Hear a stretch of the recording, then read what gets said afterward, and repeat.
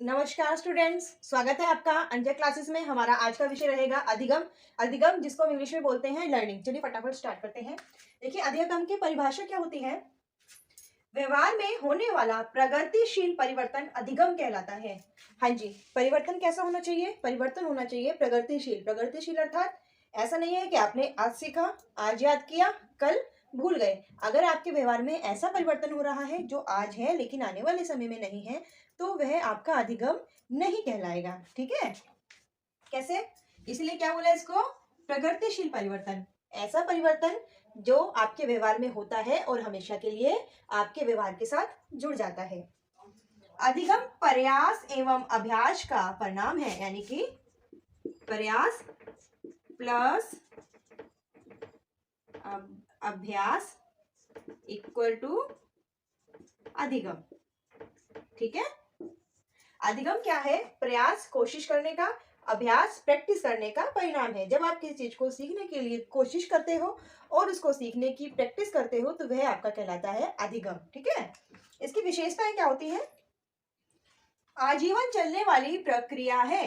अधिगम एक ऐसी प्रक्रिया है जो हमेशा जिंदगी भर चलती रहती है। हम अपने जीवन के प्रत्येक काल में कुछ ना कुछ सीखते रहते हैं, चाहे हम जानबूझ के सीखें, चाहे हम अनजाने में सीखें। लेकिन सीखना, लर्निंग एक ऐसी प्रक्रिया है जो जीवन भर चलती रहती है। व्यवहार में परिवर्तन।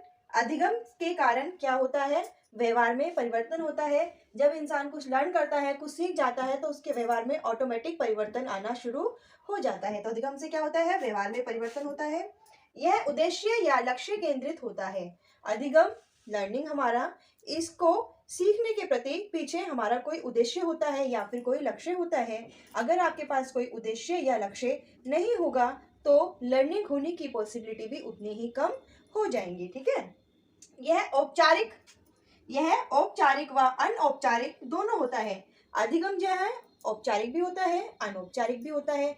अब यह औपचारिक क्या है और अनौपचारिक क्या है? देखिए, औपचारिक क्या होता है?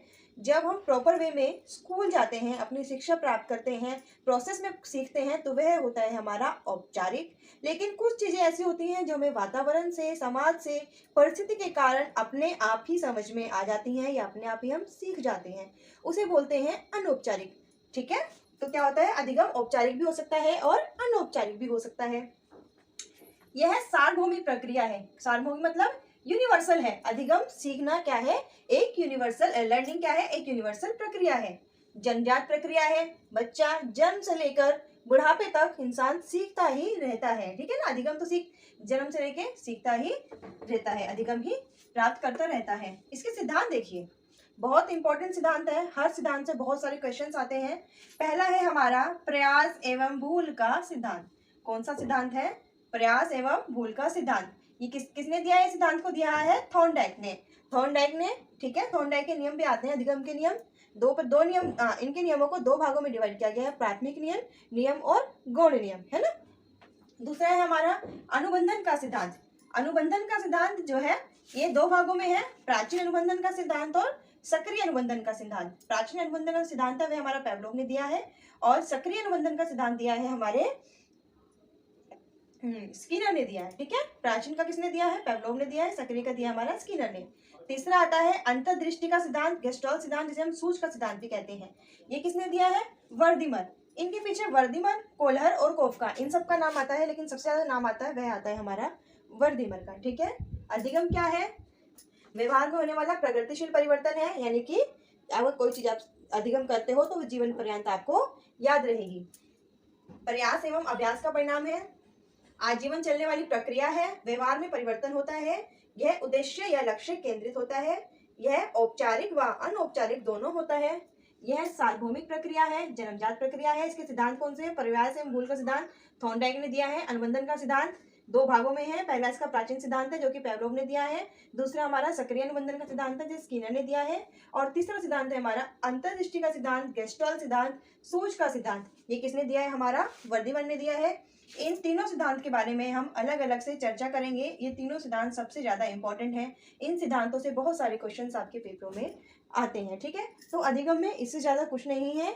अधिगम आपको याद रखने से ज़्यादा समझना जरूरी है। अगर आप अधिगम के बारे में समझ गए हैं तो फिर आपको इसके किसी भी पॉइंट को याद रखने की जरूरत नहीं है। आप अपने आप इसके बारे में क्वेश्चन जब आएगा तो उसे आसानी से सॉल्व कर सकते हो। रही बात इनके अधिगम के सिद्धांतों की, इनके बारे में हम जानेंगे अगली क्लास में। और अगर आपको हमारी आज की लर्निंग अधिगम समझ में आया है, इंटरेस्टिंग लगा है, तो हमें कमेंट करके बताइएगा और चैनल को लाइक शेयर सब्सक्राइब जरूर कीजिएगा। Thank you.